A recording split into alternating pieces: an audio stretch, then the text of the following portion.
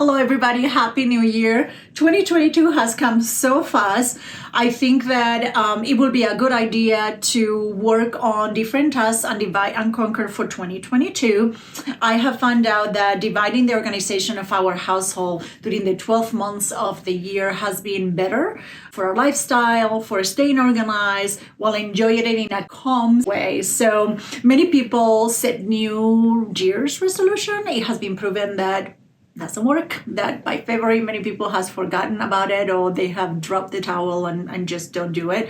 So after many years of trial and error for myself, not only in my household but in my financial practice, I have figured it out that it is easier to do few tasks during the months of the year to achieve the bigger goals that you want to do for that specific lifetime. After many years, what I have found out too is that having an organized space and a workspace, it promotes a calm environment. It promotes productivity, which is the biggest one. So during the pandemic, a lot of people realized that they had a lot of stuff and they wanted to have a better life, a better environment. So the minimalism movement has been center stage for a couple of years. I have tried some of the stuff. I will say it doesn't work for our lifestyle. It doesn't work for our family. We are cautious and conscious about what we buy and how we use things, but there is some things that don't work. So I kind of created my own version of minimalism. Let's get started.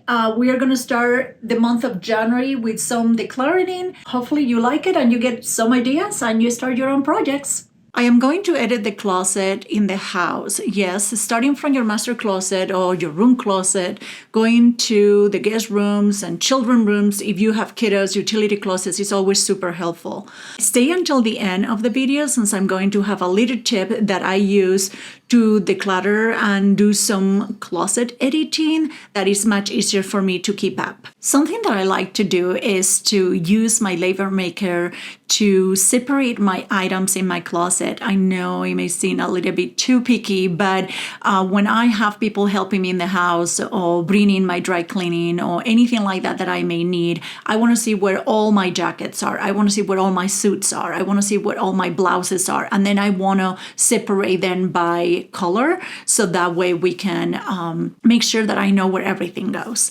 So just a little tip right there. The first thing that I like to do is to get 3 boxes. I love these collapsible boxes that I have from Amazon so I can put them away. I will put an easy description for you guys. The purpose of 3 boxes are to have a visual understanding of where the items are going and with what purpose. So the first box is a donation box. Let it go. Someone will have a great use of that item that you no longer are using. Find an organization that works for you and meets your values. For us, it's Veterans of America and A Precious Child are our go-to nonprofits. The second box is a repair or mending. Yes, a good seamstress could become your best friend. There are items that you can mend yourself. However, sometimes you need an expert. So this is one of the keys of a minimalist concept because 2 things. Can you repair it yourself? Or 2, having a good quality item as well as less items is a key for you.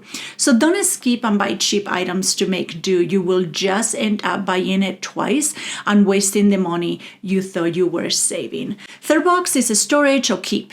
These are seasonal items that are not in use and the time but I may need them in the future, and there are times that I am not wearing some pieces, so I like to keep them outside. Some people like the capsule wardrobe. I know that in Europe it is imperative to follow this rule because their spaces are so much smaller and they have to be very intentional about what items occupy the space. I have tried some capsule ideas and I am sure that they could work for me. However, sometimes my line of work does not facilitate the capsule wardrobe because I may need items randomly at times because I have meetings and things like that. So I probably could try that later in my life. Do not be afraid of getting rid of things that no longer serve you. As Mary Kondo says, give thanks for it, let it go, be grateful, and put it in a box.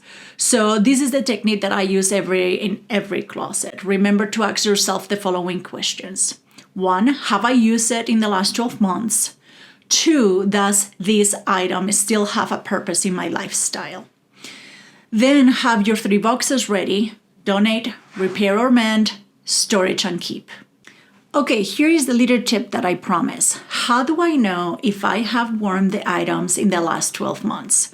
When I declutter my closets each year, I turn all my hangers backward with the open and facing out. So it's kind of hard to take it out. These are the items that I have to see if they have a purpose and if they have been wearing or, they have served me for the last 12 months. As I wear the pieces during the year, I turn them to the other way so I can tell that they have been used.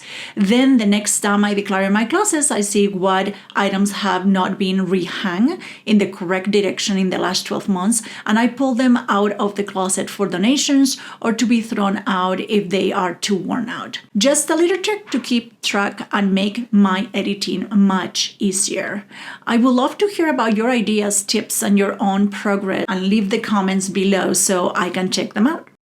Thank you for watching. Make sure that you subscribe and comment so we can bring more content that you like to our videos. Bye for now.